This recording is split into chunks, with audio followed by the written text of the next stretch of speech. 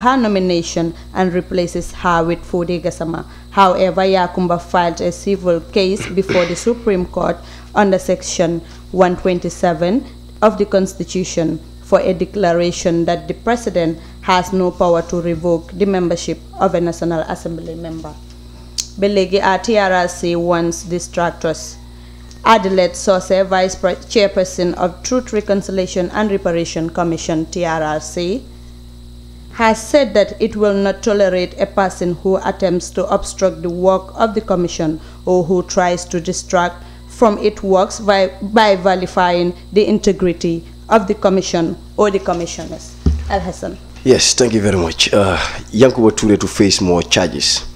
Police prosecutor ASP Almami Manga yesterday urged the magistrate court in Kanifing to adjourn the trial involving ex-AFP-RC junta member and Minister Yankuba Ture for a reasonable time to press more charges against the accused.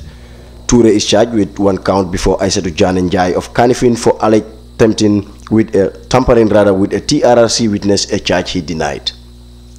We go to the next one. Bakau Alkalo chases over 20 million unpaid compound rates. The Alcalo of Bakau, Alaji Lutang Jete, has sent a warning to all yard owners in his catchment defaulting on their compound rates to do so urgently or risk prosecution.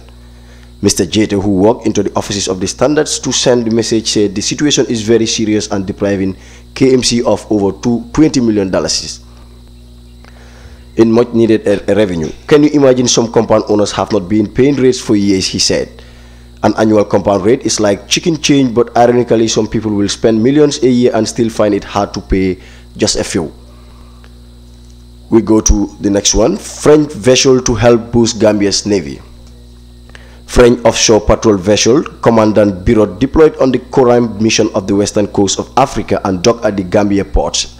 It's set to boost the Gambian navy in their operations. Lieutenant Commander Maxime Leroy, commanding officer of the Commandant Birot, yesterday received the press on board the vessel to discuss its deployment. Specifically, the maritime exercise conducted with the waterside countries of the Gulf of Guinea.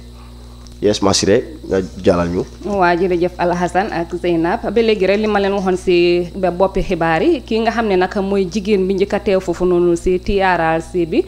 Moom nag mu ngi wax ne nag moom di Kadi Camara moom nag mu ngi wax ne kii nga xam ne nag mooy jëkkëram biñ téye woon jamono time Yaya Jammeh moom nag mu ne jëkkër ji nag moom dañ ko dal di yàq maanaam yàq li nga xam ne mooy nguuram foofu noonu si jamono biñ ko téye moom nag mu ne mu ngi wane ne kii nga xam ne nag mooy jëkkëram moom businessman la woon ba pare nekk li nga xam ne mooy politicien ba pare nekk mu ngi tudda boobu Mamadi Cissé jëkkëram boobu mu nga tuddoon Mamadi Cissé ba léegi mu ngi wane ne jëkkëram boobu noonu de goro la si kii nga xam ne moo nekkoon vice président bi jamono Jawara kooku di waaw jamono Jawara maanaam jëkkëram goro la woon si kooku nga xam ne mooy woon vice président bi jamono Jawara ba léegi rek mu ngi wane ne tamit kii nga xam ne nag mooy jëkkëram defoon na 1 year maanaam defoon na at foofu noonu si jamono biñ ko téyee sa biir detention ba maanaam def na fa at waaye gannaaw biñ ko téyee ba bàyyi ko moom kii nga xam ne nag mooy jëkkëram amoon na fa ay jafe-jafe ndig demoon na ba nga xam ne yaramam bi yëpp a néewi woon tànkaam yeeg foo fu nekk si yaramam bi daal dina néewi ba pare demoon na ba jamono bi nga xam ne dafa wëccu li nga xam ne mooy deret mu ne moom nag demoon nañ ba nga xam ne nag jël nañ li nga xam ne mooy ay reen di ko jox pour nga gis ne dina ko mun a naan pour wëccu li nga xam ne nag mooy deret bu bon bi nekk si biir yaramam bi su loolu weesoo nag kii nga xam ne nag mooy Yakumba Jayte nag moom nag mu ngi wane ne moom lu mu bëgg mooy ñi nga xam ne mooy National Assembly ñu jéem a yéexantal maanaam ñu seetaat li nga xam ne nag mooy lii kii nga xam ne moo ko daal di wutu pour kii nga xam ne moo ko dal di wutu pour ñu ñiixal maanaam seet li nga xam ne balañ koo jox place boobu noonu moom Yakumba Jayte bi nag mu ngi wax na kii nga xam ne nag mooy maanaam nguuri baro bi dal di nangu li nga xam ne nag mooy place am boobu noonu si National Assembly moom nag mu ne mu ngi koo ñaawlu di ko métitlu gannaaw bi nga xamee ne jël nañ place am boobu noonu daal di ko jox keneen moom nag mu ngi wax ne nag nguur gi amuñ benn doole maanaam amuñ benn sañ-sañ pour jël li nga xam ne nag mooy place am boobu noonu si National Assembly bi daal di ko jox keneen loolu tax na bi nga xam ne jal dina file li nga xam ne mooy case foofu noonu si Supreme Court bi Al Hassan. Yes, thank you very much, Masre. Again, on the Standard newspaper, NIA lawyer cross-examines nurses on a death certificate.